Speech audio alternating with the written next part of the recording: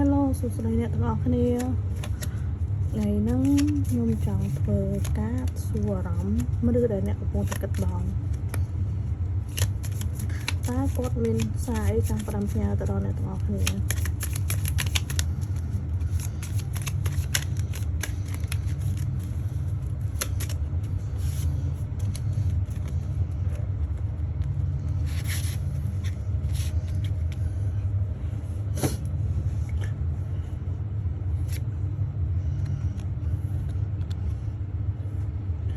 I'm your forever and ever ខ្ញុំ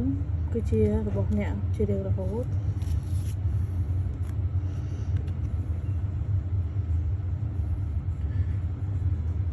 We were always meant to meet it was waiting for the start អ្នកទាំងអស់គ្នាអាចអានបានអារម្មណ៍ដែលអ្នកទាំងអស់និយាយទៅដែលអ្នកកំពុងតែអ្នកគិតដល់គាត់នៅតែនឹកឃើញរឿងកន្លងមកអញ្ចឹងណាតើអ្នកនឹកខ្ញុំអត់តើអ្នកនឹកដូចដែលខ្ញុំនឹកអ្នកអត់វាចេះ I wish you were mine ខ្ញុំសង្ឃឹមថាអ្នកជារបស់ខ្ញុំ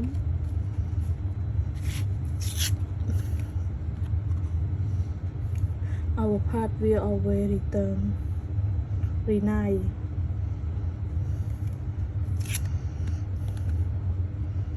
I don't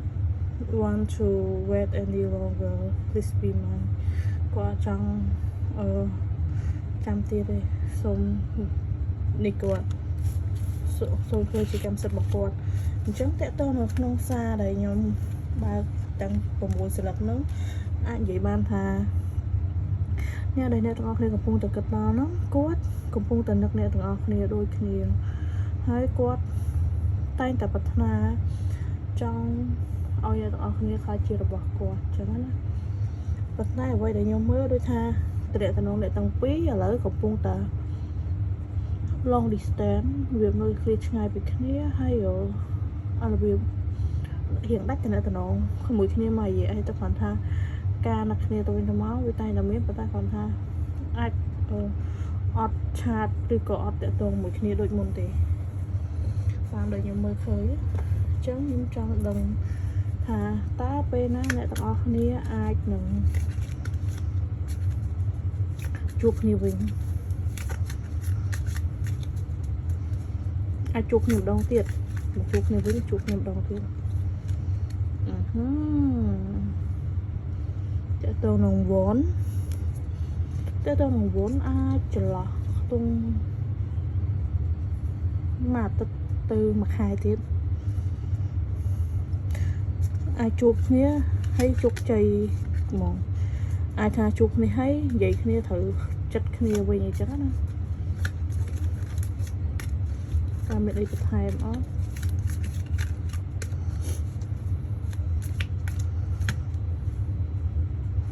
ដូចអត់មានបើកអីចេញទេអញ្ចឹងខ្ញុំចង់មើលសារ Angel តើ Angel មានដំបូងមានអីខ្លះសម្រាប់អ្នកទាំងអស់គ្នាខ្ញុំសូមមើល message offline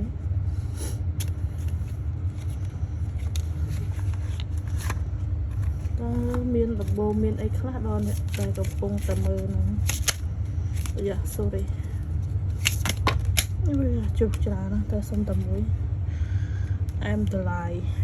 ខ្ញុំវិធីពង្រឹងអាចនិយាយបានថាអ្នកទាំងអស់គ្នារៀងនៅឆ្ងាយពីគ្នាអញ្ចឹងគាត់ត្រូវការអ្នកទាំងអស់គ្នាដូចជាពលឺមួយអញ្ចឹងតែជួយបំភ្លឺជីវិតរបស់គាត់អញ្ចឹងណាអញ្ចឹងសង្ឃឹមថាអ្នកទាំងអស់គ្នាបានជួបគ្នាហើយសាងសុភមង្គលល្អខ្ញុំដូចអត់មានអីនិយាយទេព្រោះដោយសារអីmessage of Angel ហ្នឹងគឺសម្រាប់អ្នកទាំងអស់គ្នាទូទៅអញ្ចឹងបើសិនអ្នកទាំងអស់គ្នាចង់